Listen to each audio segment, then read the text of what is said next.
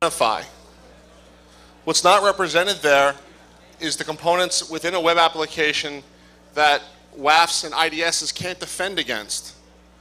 And these are kind of what we see as interesting issues. And what we're going to talk about today is going to be a light-hearted look at business logic flaws, where a lot of the money is actually being made on the internet this way. And we're going to be talking a little bit about it from a Black Hat point of view that might give you some interesting ideas, but be aware, they are dangerous. Thank you, Tom. Thank you, everybody, for coming. This should be a really fun talk. So those terms, you're going to hear a lot about the terms, cross-site scripting, SQL injection, CSRF, and things like that. You're not going to hear about those from us. We're already getting balls thrown at us. Sorry. So we're going to talk about business logic flaws, the real world stuff, how do you make a lot of money, and we're going to give some, all real world examples. Should be a really fun talk. So the attacks that you all can do, your mothers can do, our parents can do, and what else? How should I describe it? Well, let's just get to it. So the first thing we're going to talk about is online ballot stuffing. So we're going to start from very little dollar figures, and we're going to get up to 7-figure ranges on very simple attacks that anybody can do online. So the first one that we'll talk about is ballot stuffing. Now everybody's seen online polls, for elections, for what your favorite sci-fi or movie is, or pick of the week or whatever. So online polls are all over the place. There's no niche too small, industry too narrow, but the one we're going to talk about today is the one that was really derived from the Westminster Dog Show. So a Austin dog was one of the winners of the Westminster Dog Show.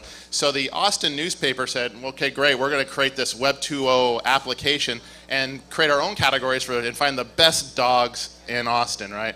Everything from Chihuahuas and everything else. So thousands and thousands of people submitted their dogs. And you can go onto the site and you can press yes if you like the dog and no if you didn't. There was no money involved in this, so just it kind of goes to the motivation. It was pure bragging rights. You get your dog's picture in the paper and you get to brag to all your friends. Now the thing to understand about this particular contest is that winning was about percentages. Positive votes over negative votes, not just who got the most positive votes. So what we're going to look at here is in this particular contest, there was 3 ways to cheat. One is you can put your dog in and you can ballot stuff, for lack of a better word, put overwhelmingly positive votes, just click putting yes on your dog. You can put a whole bunch of negative votes against your top competitors and stuff it that way. And there's a third way is at the very end of the contest, if you knew when the contest was going to end, you could put in your dog at the last minute, put 1 positive vote, contest will close, and you'd win because you had the best overall percentage. So those are the 3 ways to cheat.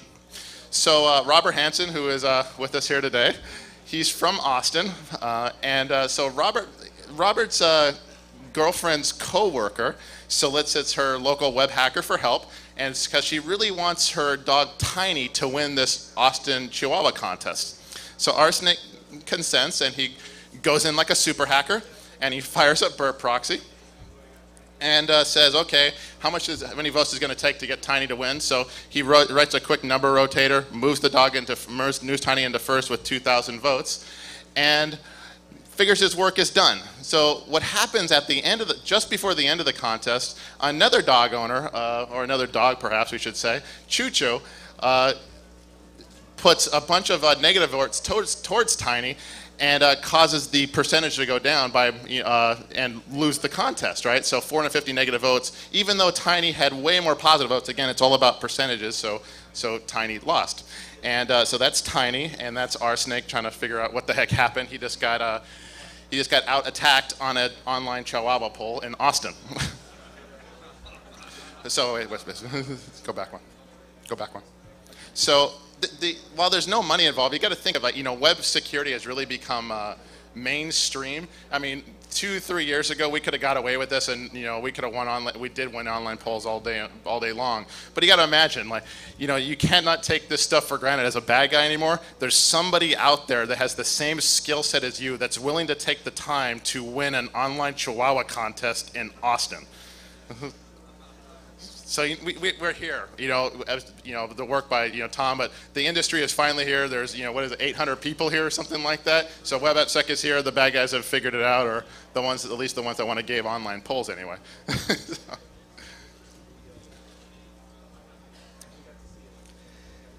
So you guys are all familiar with Captchas, right? This is basically the automated process of telling humans and computers apart. The idea is to stop automated actions from being scripted. We want to stop certain processes. Go ahead and give me a slide.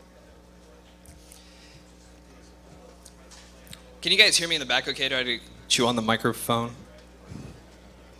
All right, so the background for Captchas. This was originally started to prevent spammers from signing up new mail accounts for spam.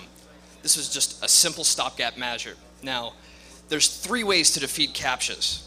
Very, very simple. The first one's flawed implementations.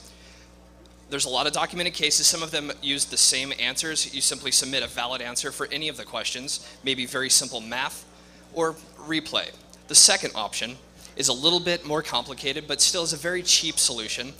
Optical character recognition. The idea is to simply read and represent. Right now, that's the biggest problem, is they're getting very, very illegible, so they're looking for other more challenging ways to do this. So, as attackers, the cost of work has gone up. The final is the mechanical, or the Turk.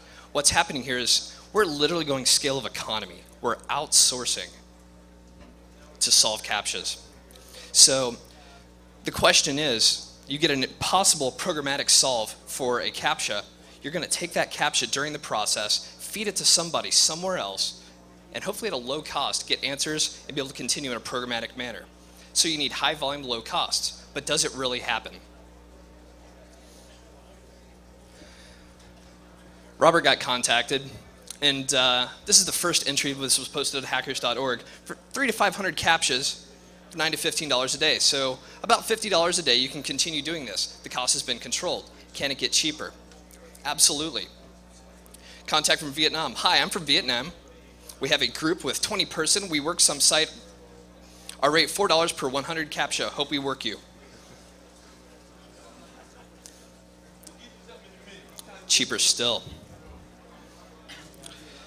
$2 per 1,000. Scale of economy, guys. We just want to make the relationship. Do any of you guys read resumes or have to interview people?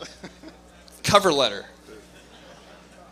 Babu says, "Dear sir, I'm interested to work for Data NT. Please call me."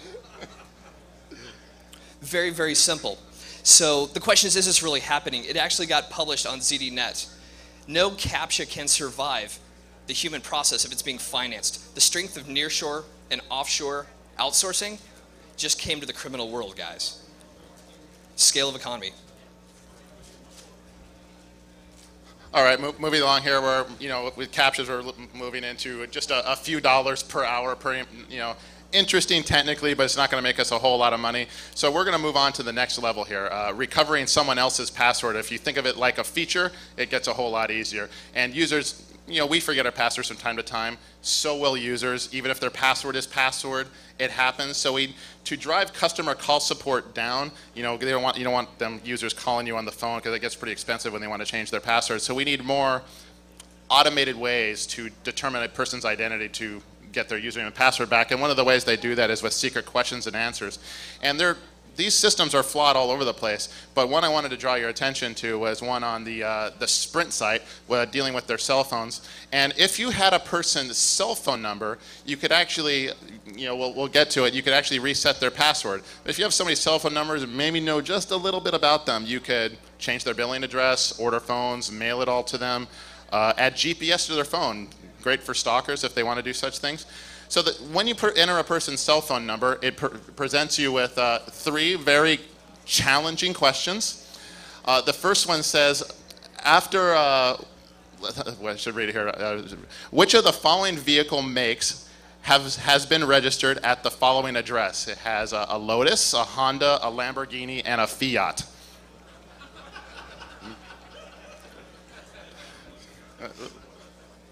Okay.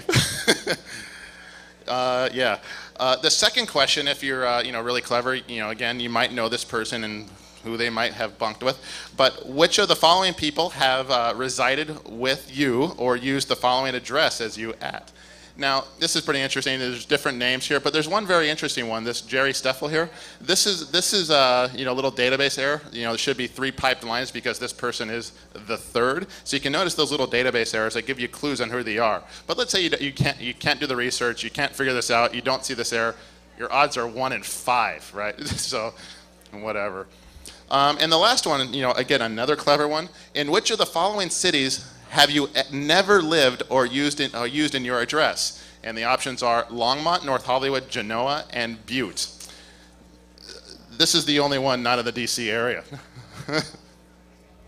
So just answer these simple questions. You log into somebody's account, you get their password reset, and you have the run of the place. You can do whatever you want on their cell phone account. And for those of you that have following the elections in the news, Sarah Palin's account, the VP nominee for the Republican Party, had her Yahoo mail address read in much the same way because secret questions and answers can be easily revealed.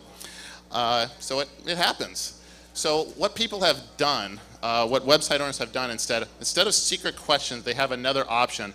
And one is to send you the special email. You put in your email address and say, I forgot my password, and they send you a special link with a big long number in it, right? You click on it, reset your password, and hopefully no one could read your email.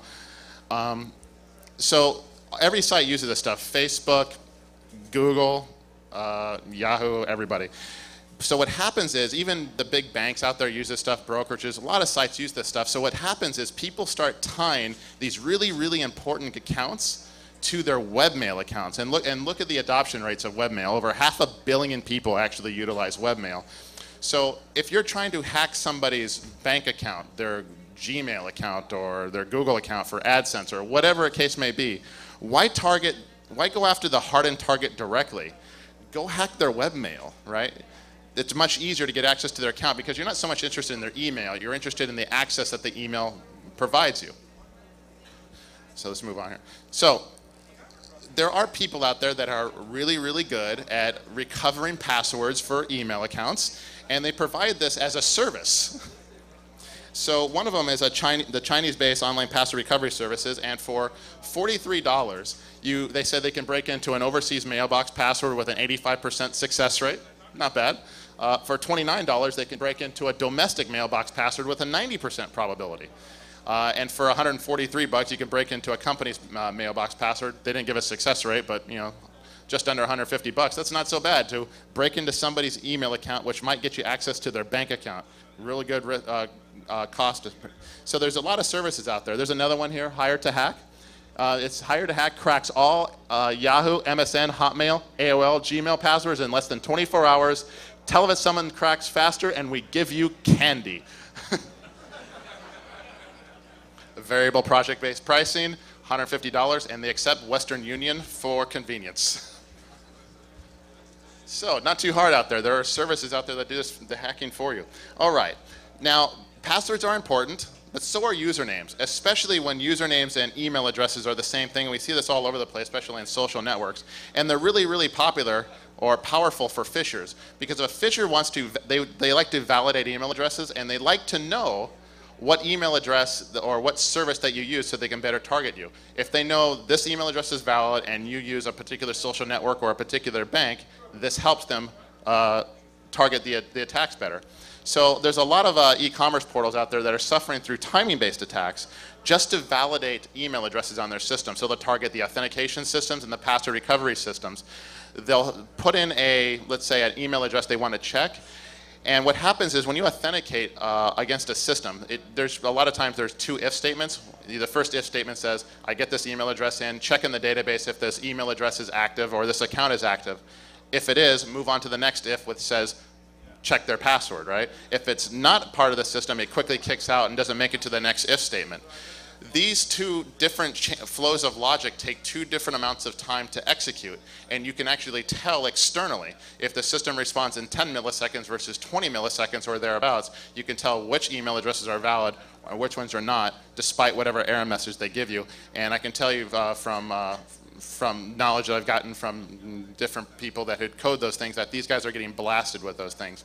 The really difficult part with timing-based attacks is the only tool we have to fight them is more time, and time equals money. So it's a really challenging problem, and one we're going to see more of over time. As timing attacks are possible on gaming systems, you can tell the state of a game on online poker games and make a lot of money there. You can tell what the dealer has, those sorts of things. So it's an area that we're constantly looking more at.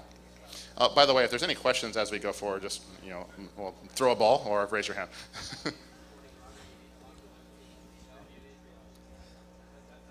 How many of you guys have seen the old Superman? How about Office Space? My people. How many of you are ready for a nap after eating? Okay, whatever. So this is a classic hack, and what's really great about these types of attacks we're talking about, guys, businesses kind of sweep them back under the carpet. No one talks about them. Excuse me. But why? You guys, the researchers, can't talk about them, right? We're all under NDA. Most of you guys have seen all of this or know about them already. Now, the office space attack is nothing new. We're talking about micro transfers, high volumes, large dividends, right?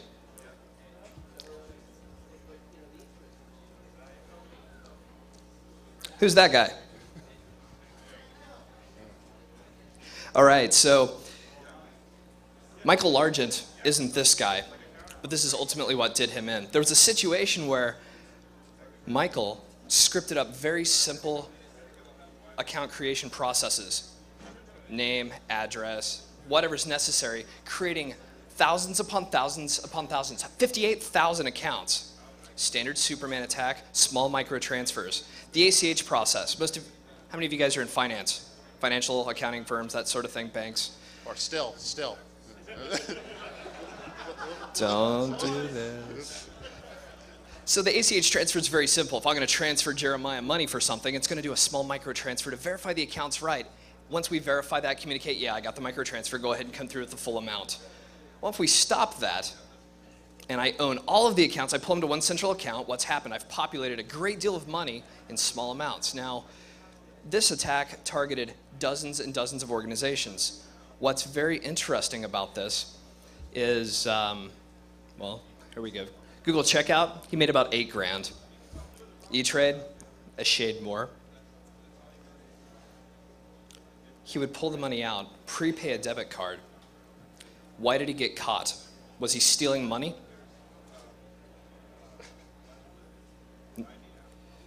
Who in finance knows what happens when you sign up for an account? We have to go back and verify identity, right? He got nailed for computer fraud, wire fraud, and mail fraud. But what busted him was the US Patriot Act. The banks that he was working with went so far as to contact him, talk to him on the phone. You're stealing money. I'm not stealing. This is a standard process. This is what business logic flaws are all about, is expanding the realm of what's possible, forcing it to do things that it's allowed to do. He was caught by the Patriot Act because he was using forged identities. So if he used real names, he would have been okay? Probably, yeah. If we're thinking, if he used real names, what would have been a crime? Do you have multiple email accounts? Plan B. All right, so we're making a little bit more money there. We're making maybe small five-figure sums if we don't get caught by the U.S. Secret, by the Patriot Act first.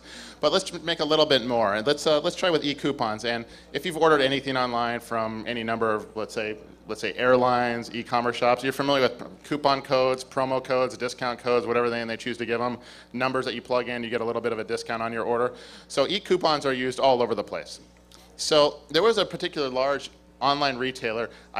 We cannot cite the reference yet, but when they first developed this program, they were selling really big dollar figure items, and they were handing out coupon codes, but these coupon codes were really Amex one-time credit card numbers, so big 16-digit IDs, and they weren't sequential, but they were pseudo-sequential. Let's say for our intents here, they were predictable. So you would put them in there, and coupons were worth a couple of bucks, maybe a couple of $100 depending.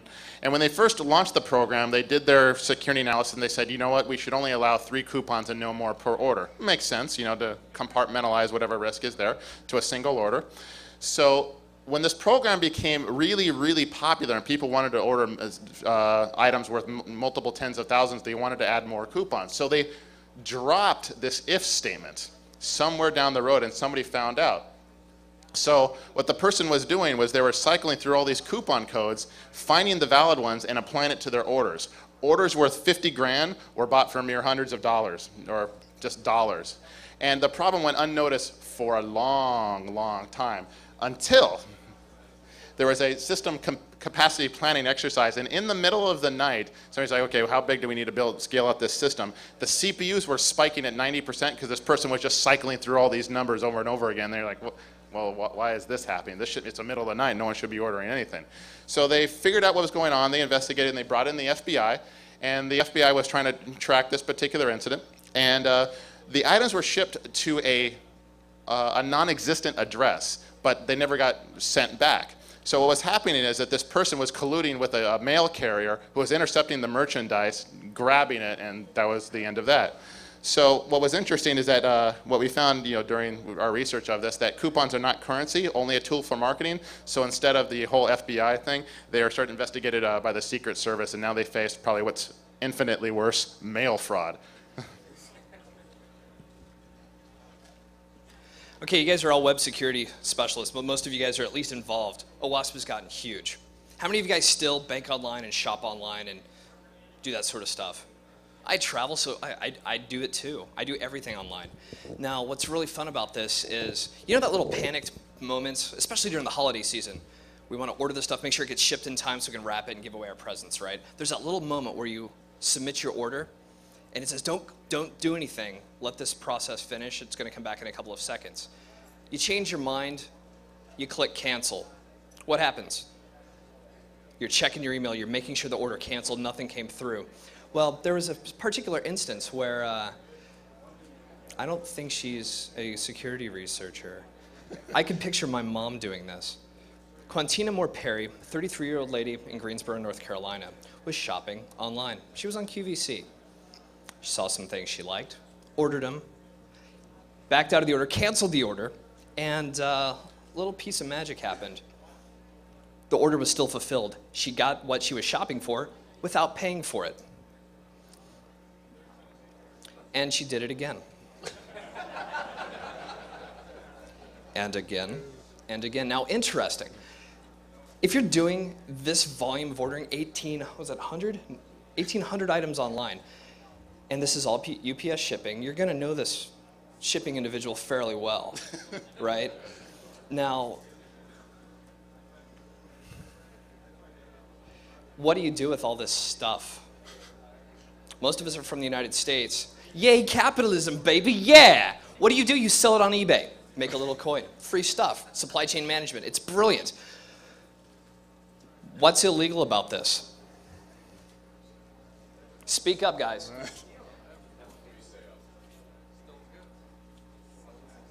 Why is resale? Josh. Oh, it wasn't you. Okay. There's nothing inherently illegal, specifically about what she's doing. And she turned a very tidy profit. How do you catch this? This is allowed activity. How many of you guys have ordered and then canceled an order in the last year? There's got to be a huge volume of this happening. How do you detect this in the logs? How do you find it? Show them the detection system. This is IDS for dummies. This is how we'd catch my mom. They were just forwarding it. Hi, mail carrier. Nice to see you. Slap, slap. New labels, handed them right back to the mail carrier. Took them right back. What? They started receiving these boxes, and QVC packaging never opened. Red light comes on. They make a phone call, talk to QVC. They had no clue. The lady finally pleaded guilty in federal court to wire fraud. The question is, with these types of flaws, is it legal, is it not? It's not stealing. On the FTC website, it says, what happens when am I obligated to return or pay for merchandise I never ordered? No. If you receive merchandise that you did not order, you have a legal right to keep it as a free gift.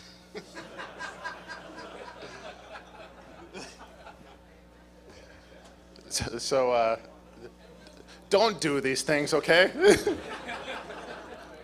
This is only meant to question your ethics, not put you with make you meet Bubba or anything like that, right? All right. So one of the questions, if you are a web security expert or work in the security industry as a penetration tester or whatever, the question probably a lot of you get is, can you hack banks, right? And so the interesting thing is, when I've talked to people about this, is that you can hack one bank at a time if you want, but there are other ways to hack banks. You can actually hack hundreds of banks at the same time if you know what you're doing, and you can hack them against unhardened targets. We call these ASPs. ASPs provide a service to a lot of times small and regional banks that say, okay, we don't want to write our banking software, we want to host and manage this infrastructure, you do it for us. But the interesting thing that happens with a lot of ASPs is that once they got your money, they're really not incentivized to keep improving the security or provide any security at all other than the bare minimum. So one of the ASPs that we ran into early on was, again, hosted regional credit unions, about 600 of them. And they had this really sophisticated URL scheme here on how they controlled access to the site.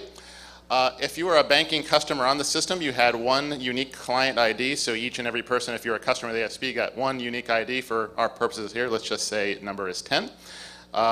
You had a bank ID. Now you can run multiple financial applications on each on the system. You can have one for private banking, commercial banking, savings account, checkings account, whatever. So you had incremental numbers there. And then there was account IDs here, and there's, for each one of your end customers with a checking account, they would get a unique account number that associated to the bank ID. So, White Hat's, so how do we hack 600 banks? And White Hat, we're really smart guys. We go in like the super hackers we are. And we said, okay, let's start with this account ID here. We rotate this number, move it down to 99, and we get this gigantic red error message that says, wait a minute, account X belongs to bank Y. Okay. So we take the bank Y number, and we put it into the bank ID. We hit enter again in the world's best hacking tool ever, Firefox. And we get this error message again. Wait, if you want to use bank Y, that belongs to client Z. Here's the ID. Okay, cool. So we take that number, plug it back into the URL, and all of a sudden we get access to every single bank account on the entire system. The system actually had no notion of authorization built in. It checked whether or not if you were logged in. That's kind of nice. So we said to our banking customer, we were not working for the ASP, we were working for one of their customers who was then forwarding along our reports. And the banking customer was not excited, nor was the ASP when we told them they kind of had to redesign their entire application. So we figured that they was going to take them at least a couple weeks, if not months. But it was interesting, roll back. What was interesting is that when they first came back to us, roll back. When they first came back to us, they said, okay, we fixed the issue, please retest. So we retested it, and roll back one more. No, back, not forward, back. Super hackers, yes. All right, so we got back and said, please retest this issue. So we retested it, and no error message, right? Their first fix actually just commented out the HTML. So we utilized the great view source, found the code in there still, and we're still able to do the exact same thing. So, so that's what happened. So now we can roll forward. Sorry about that. Good job, by the way. So the ASP says, don't worry about it. This is an issue. We'll get on it. But in the meantime, the back-end business controls will prevent these issues. So should you get into somebody's account, you can't wire transfer money out of their account because we have controls around that sort of thing. So we said, okay, who are we to argue? So a few weeks later, here's what happens. Can I do it now? Yeah. We get a check in the mail sent to White Hat, addressed to WH Test in the amount of $2. I guess the business controls weren't exactly what they were meant to be. All right, so we said we sent this over to the bank, because that's how we were testing it, just between our own accounts. So next slide. A couple of weeks later, our banking customer notified us that $70,000 was illegally wire transferred from another customer account to an Eastern European country. The money was not recoverable because they didn't notice until a lot long after. And the ASP eventually lost a customer, but we have no idea how many other users were affected. Really easy. Number rotations. No need to be that sophisticated.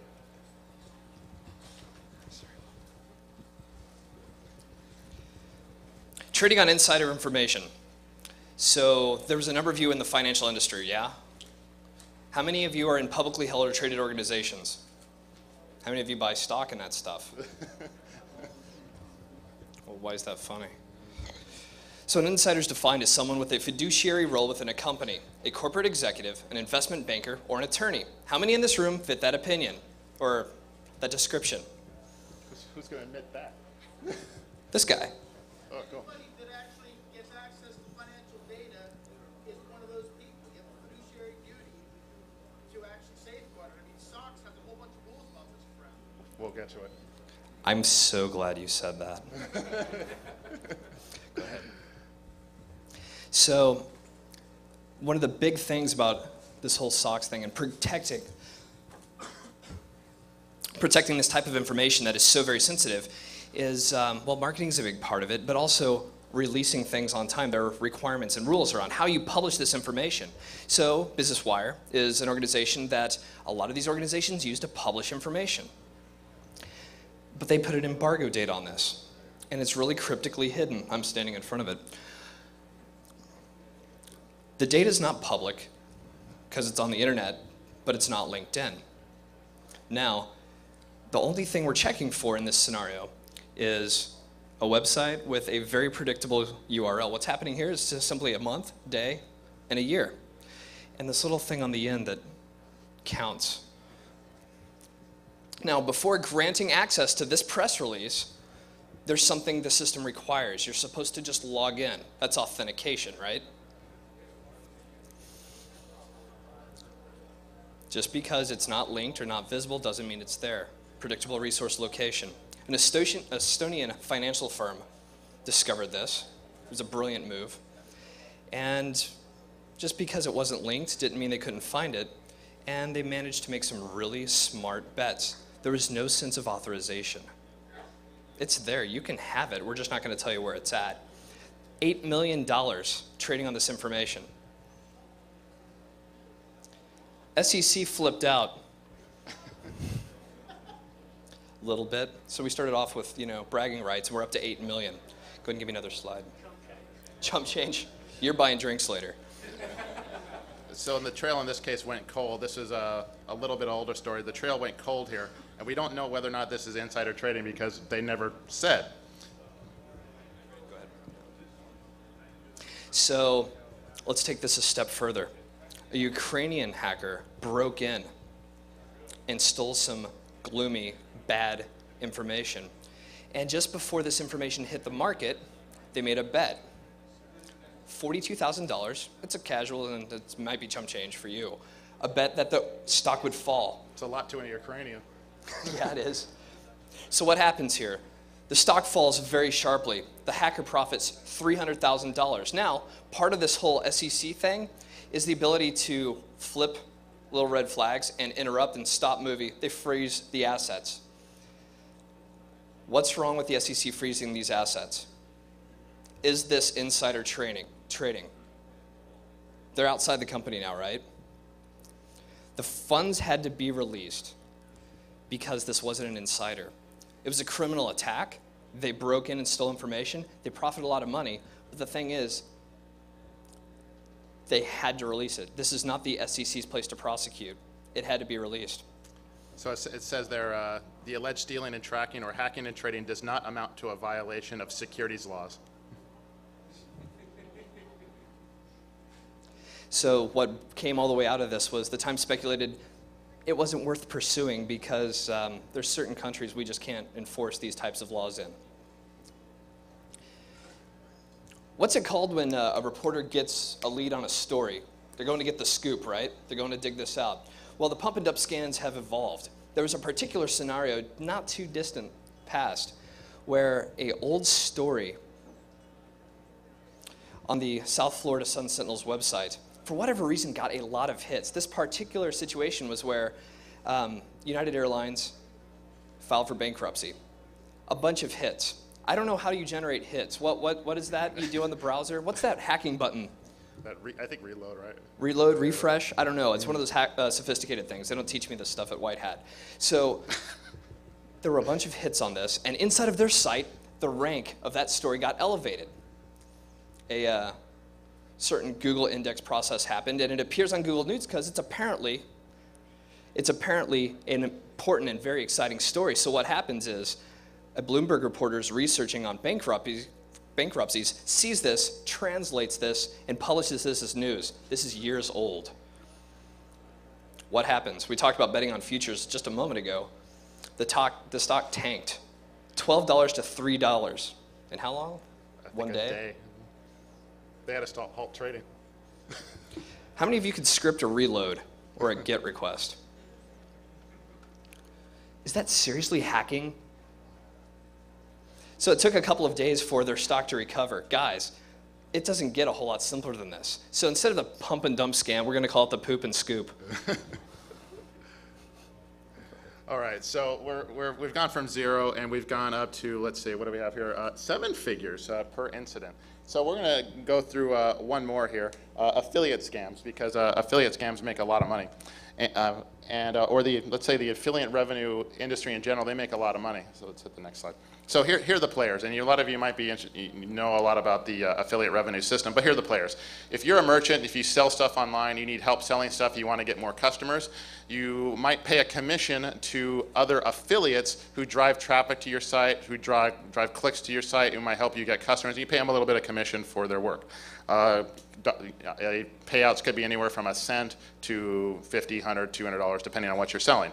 Customers are the one who buys stuff or clicks on a link, and the affiliate networks provide the glue to put all this stuff together, all the tracking, all the links, everything else. And a lot of systems have this. There's systems all over that do that stuff. The biggest of the big have this stuff. Google makes all their money that way. Amazon makes a lot of money, eBay, and they all have affiliate programs for this. So the sky's the limit as far as what's available. So that's what's out there. So here's the way it's supposed to work. I'm going to take you through the affiliate revenue system and how you normally make money, then I'll teach you how to game it. So you have the affiliate link. So let's say you're an affiliate, you have traffic, you have users, you have customers, and you want to make a little bit of money off it. You sign up with an affiliate network, and they give you a special link. And this link has this URL in it. It goes to the affiliate network. It'll have your affiliate ID. Each affiliate has a unique ID, so when you click on it, or not you, let's say the customer clicks on it, they go through a series of redirects through the affiliate network before they land on the merchant website. When they go through these redirects, they get a cookie placed on their machine, and it just, this little cookie ID for that affiliate that says, next time the user buys something, that cookie gets sent so we know who to credit with the sale, what merchant, what affiliate to pay out. So again, if you have the cookie on your machine, you buy something, if the cookie's still there, the affiliate makes a little bit of money. This makes sense to everybody here? Okay, cool. Using really effective SEO tactics, search engine optimization, you can drive a lot of traffic and make a lot of money. This is a little too small here. Let's blow up this Google AdSense check. That is a $132,000 Google AdSense check. Now, I'm not saying what these guys did is good, bad, illegal, or otherwise. Only this is what the money that is available. Is that enough for you guys? Everybody's yeah. All right, let's try this one. Let's blow it up a little bit. Here's another Google check. That one's for $901,000. I'm sorry? I'm sorry? Oh. Touche. So in all fairness, this check was for 2 months because the first check was too big. It bounced off the bank. Imagine making $500,000 per month, okay? Now, here's one way you can game these systems. We call it cookie stuffing, okay? This is from 2002 era. This is not like a brand new thing. This has been done a long while ago. This link that a user normally clicks on, the one with your affiliate ID in there, there's nothing that says a user has to click on it. A web request is just like another one. So instead of having users click, you just go back. Are we going to do this again? So you put this little URL here into an image source, and you put it on your page. Now, next time one of your users, your customers, lands on the page, they automatically get cookied with your affiliate ID. You can also do an iframe one. There's also nothing that says you can't stack 1, 2, 3, 10, 20, 50, 100 affiliate cookies on the user's browser. So on the off chance they buy anything, anywhere, ever, you're getting paid, okay? You don't ask permission. If you want to make it a little bit more legitimate, you can shove it in an iframe so all the subsequent requests go on. If you want to know why some of those like banner websites that redirect off of Google or whatever are so slow, that's why, okay? Let's move on. So affiliates figured this out a long time ago. 5 minutes? Okay. Affiliates figured this out a long time ago. They started trading on this information, and by 2005, they were making a whole ton of money, and the affiliates caught on. So they got wise to cookie stuffing, and again, 2005, they got wise, so 3 years of a lot of money making, and they started monitoring refers, because what happens is, if you're loading this stuff, let's say you have your little HTML tag, there's nothing that says you have to keep it on your websites. Go put it on a MySpace profile. Go hack a site and go put it there. Go put it on a message board, an auction listing, on a Craigslist, whatever, okay? You can put these little snippets everywhere because you're just cookieing users. That's all you want. You want to cast the widest net as possible. So if the refer is coming out of, let's say, a MySpace profile when your site is supposed to be, let's say, myblog.com or whatever it happens to be, they can see you're manipulating the system and doing these cookie drops. So they started kicking out affiliates. And these guys are mostly evil marketers with a little bit of web app sec background. So they figure this out and they move on to the next step because they will not be denied $500,000 a month. Would you? So by 2007, this is their next trick. Check this out. So they start putting their code on SSL web pages, and there's a very simple reason why this is. Because the RFC 2616 states, clients should not include a refer header field in a non-secure HTTP request if the referring page was transferred with a secure protocol. In English, that means if you're on an SSL website and you include a link or a redirect to some other non-SSL web page, you don't want that data to leak, so the browser's not going to send a refer. The affiliate network or the merchant cannot tell where the link or the click or the request was generated from. It is invisible. A lot of browsers support this feature. Not all of them do, but there's other ways to suppress a refer. You can do, JavaScript document.location, strange meta refresh stuff, and the bad guys are onto this stuff, so they're not going to be denied the income. And so when we figure out ways to solve this problem, or the affiliate networks, they're going to revert to DNS rebinding, GIFAR attacks, flash malware, because this is probably one of the areas where the most money is being made, but nobody is talking about it because everybody's interests are to keep it quiet. Right? The affiliate network's certainly not going to research it, right? Because they're making money on the transactions too. The advertisers can't see the traffic, and the affiliates are certainly not going to tell anybody. So they're making money hand over fist, and they're moving to Brazil. Tell me I'm wrong. Robert knows these guys too. All right. So the only place I can substantiate, other than telling you I've talked to the affiliate network guys, merchants, the bad guys. This is the first time I've seen the use of the term cookie stuffing in a mainstream publication. Here it says, though eBay does not say how much it has lost through the alleged fraud, it said that it's paid out to DPS and KFC, not Kentucky Fried Chicken, a substantial number of revenue actions that were in no way related to referral of any user by either DPS or KFC's advertisements, and for which neither DPS nor KFC were due compensation. Cookie stuffing has now become a mainstream term, and somebody's getting sued over it, because there's a lot of money involved here.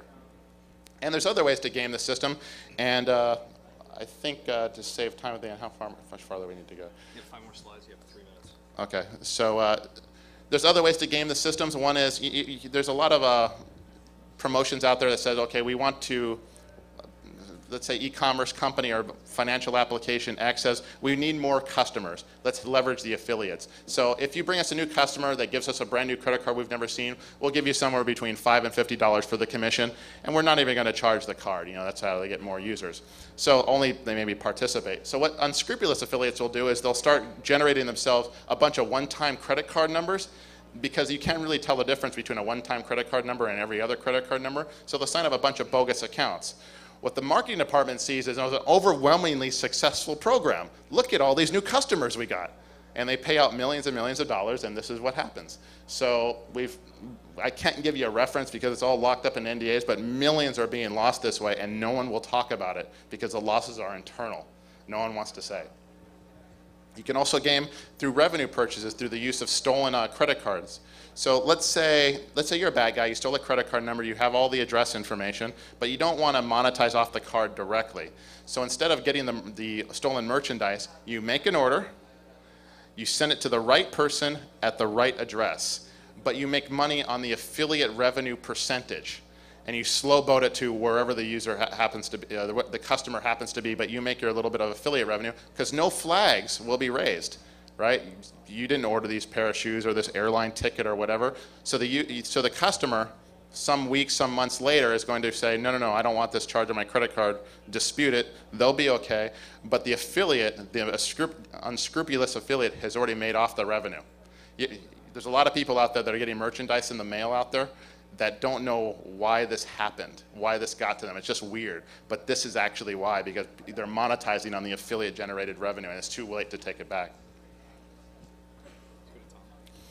So we've been through the gamut of business logic flaws. We're going to have Tom wrap up here and kind of summarize what we've learned. And at the end, we'll ask some questions.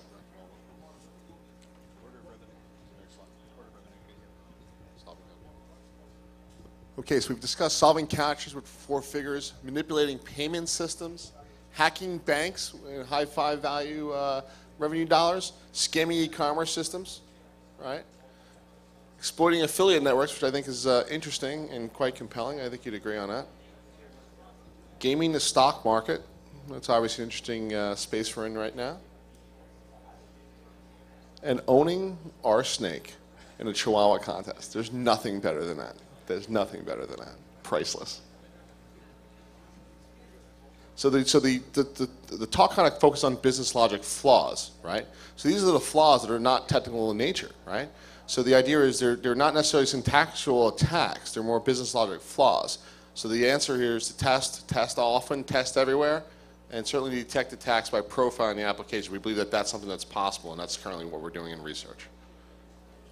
That's it. Are there any questions from the audience on how to make money or die hard trying? Anyone? Thank you.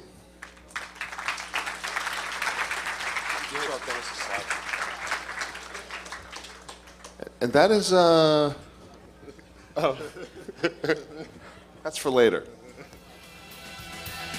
For those who don't know, the next talk with Jeremiah and our snake in reference to what's been going on in the media, if you've read about it,